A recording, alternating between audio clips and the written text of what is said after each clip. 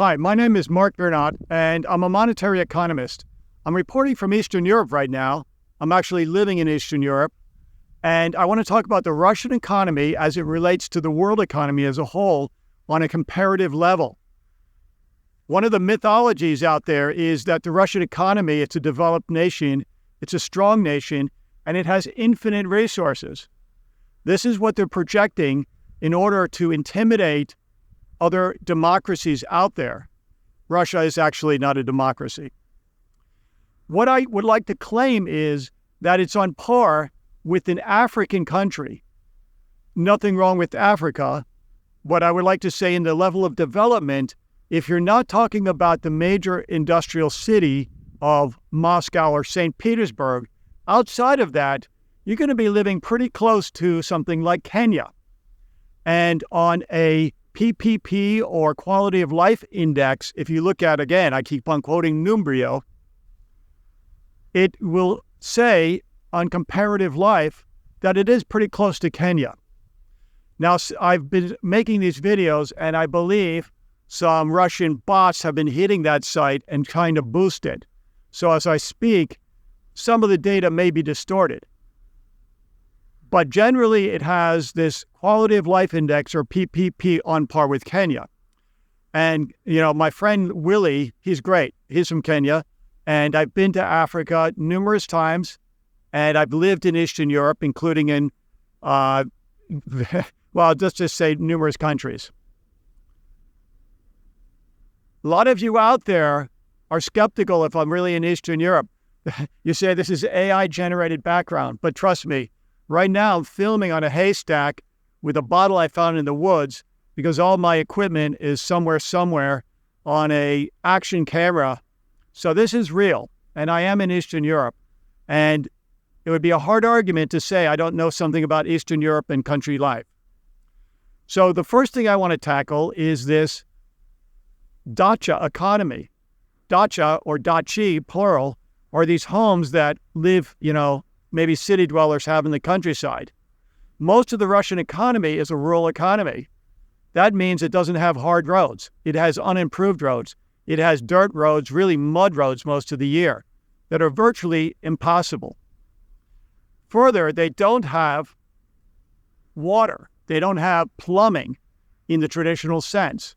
You can go to the well, pull it up. You have all these babshas, these like 80-year-old ladies pulling well water actually in rural Russia. This is the way it operates, with no indoor plumbing. The roof in Africa is usually, or a lot of time, not Africa, in Russia, is asbestos. So they have asbestos roofing. They use indigenous material, what they find, usually some sort of wood or wood planks, maybe some stone, and dirt roads.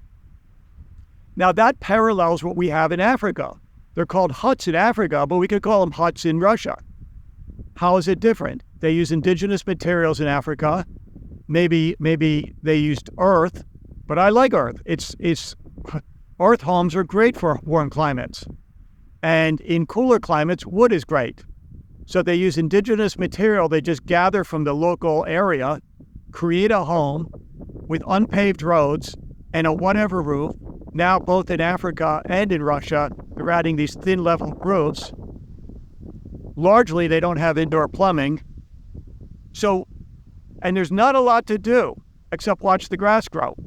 Try going to rural Russia. I know a lot of Russian YouTubers are showing, Russia in the summer and how beautiful it is. YouTubers have a little bit more money. One of my friends, he studied University of Moscow State University School of Economics. He has a PhD. And I asked him, how come our Slavic people settled here when it's so cold? His reply is they must have come in summer. Because if you're talking mid-July, it looks amazing. But much of the year in Russia is simply overcast, muddy, rainy, snowy, and more muddy. And if I were to choose Kenya or Russia in a rural area, I'd probably choose Kenya. You go to Kenya, at least everybody's happy there. They're playing soccer in the streets and everybody's laughing and smiling. If you go to Russia and say, oh, this place is great, It's wonderful, with your cargo shorts and your American smile. They'll say, what's so great about it? Everybody has this malaise, this existential, feeling. Like Camus said, we are like gypsies at the edge of an alien world, a world that is deaf to our music as it is to our sorrows. And this is Russia, this feeling of depression that generally hits most of the year. Correct me if I'm wrong, if I have characterized it wrong, but if you compare Kenya to rural Kenya to rural Russia, rural Kenya has some nice advantages. It has a much more moderate climate. Maybe it has earth homes, but the Russian homes get really cold in the winter. It can be 10 below or even 20 below. It doesn't matter Celsius or Fahrenheit. And when the wind blows, the ice goes this way. It goes horizontal. And much of the year, again, you're just either, if you're not watching the grass grow in the summer, you're just staring at the wall. There's nothing to do. Now, in my mind, a developed country doesn't have that type of scenario. A developed country, where I live in Florida or even in Poland, if I'm not paragliding, windsurfing, going to amusement parks, going to museums, going to history lectures and ballet, all these other things, I have a lot of external stimulation. If you're living in rural Russia, trust me, and that's where most people live, it's pretty depressing. They just dream of someday going to a place for a couple of weeks where they just can lay on the beach. I also travel, take day trips. Look, I'm living half in Europe, half in America, and I don't know what I love better. They're both great. So that's not the signature in rural Russia of a developed country. And worst thing is, in Kenya and Africa, in parts of Africa, it can grow all year round if you use your, organic methods and creativity. In Russia, that's not possible. Even with a greenhouse, you can't do that. I saw one guy, in Vermont, I think it was in Connecticut actually, he collected bottles from the wood, glass bottles, and he built a greenhouse. It's pretty innovative. But still, it's just so cold in most of Russia. It's a different growing zone. Connecticut, like Poland, is maybe growing zone 6B, whereas in Russia, it can be 4, it can be 5. It's really pretty severe. So my point being, if you look at what you actually have on a tangible level, in Russia, you don't have a lot. People make the claim that they have a lot of natural resources, but so does Congo. Congo has a lot of natural resources. Venezuela has natural resources, but I don't see that there's large waves of people trying to immigrate into Congo, nor to Russia. People are escaping because the definition of a resource is not what's in the ground, it's between your ears. It's always the human mind and human endeavor that creates something out of nothing. Look at Ireland. Does that have resources? Look at Denmark. Look at Vermont.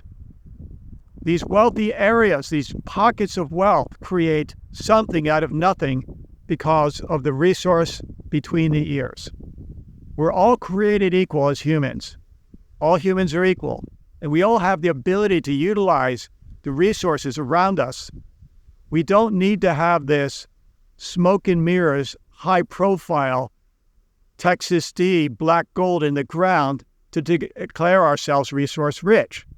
On the contrary, that makes us poor. And that's called the resource curse or the paradox of plenty. Now, to go a little bit further into this idea that Russia doesn't have infinite resources, I just want to reemphasize Economics 101. Everything in life is a trade-off. It's a choice. And in the basic economics, you learn about the PPC, the production possibility curve. You can choose to produce guns or butter. You can't choose infinite amount of both. And if you try, you'll get less and less of each. So Russia has made the obvious choice of guns and not butter. And the people, again, in the countryside are getting poorer and poorer. How is that different than Africa? You often have strong men and very adverse political situations. controlling, with the few, controlling the quote-unquote resources, the natural resources, the earth-given resources. So it does parallel Africa. And remember, scarcity is the fundamental problem of economics. Scarcity being unlimited wants and limited resources. I want it all, I want it now, right? Russia still claims to have infinite resources, which violates the first principle of economics. So you know that's untrue. Their productivity is decreasing. So if we're on a PPC, production possibility curve of guns and butter, that means they're getting less guns and less butter. Where in Western countries with increasing productivity, or developed countries, you can get more of both. And that is why the West will support Ukraine and outlast Russia. You have to put it in the context of a decreasing productivity curve, PPC, or an increasing productivity curve, PPC.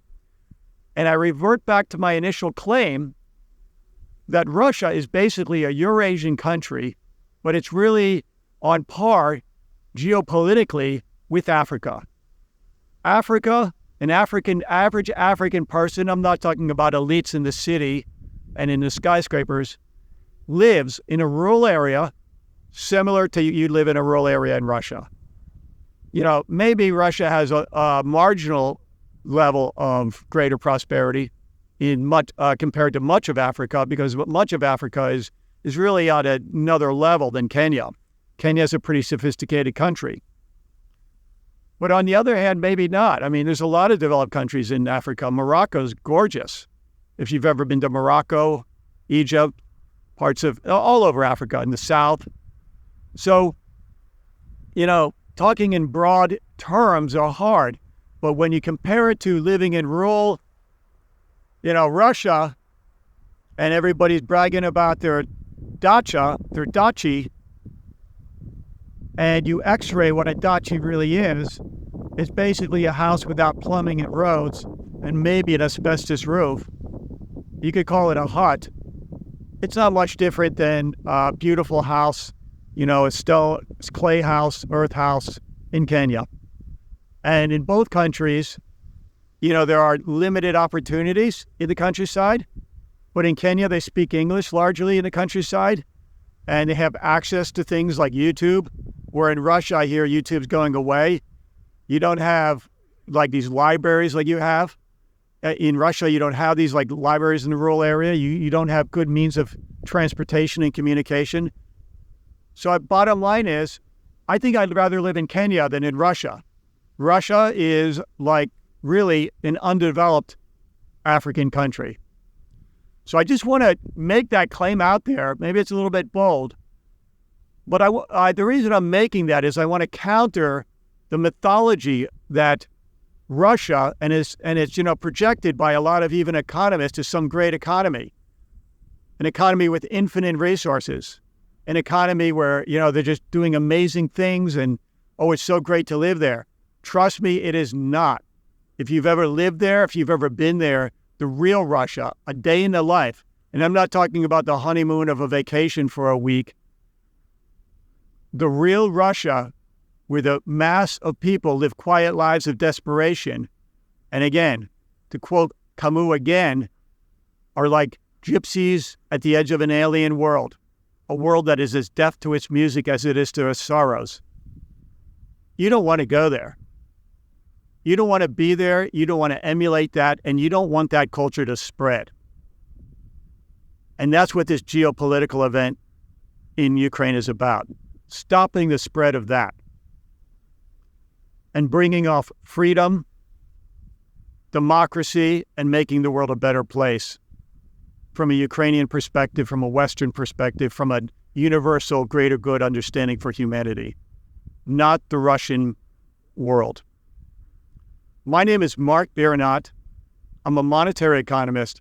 Have a great day. Thank you very much.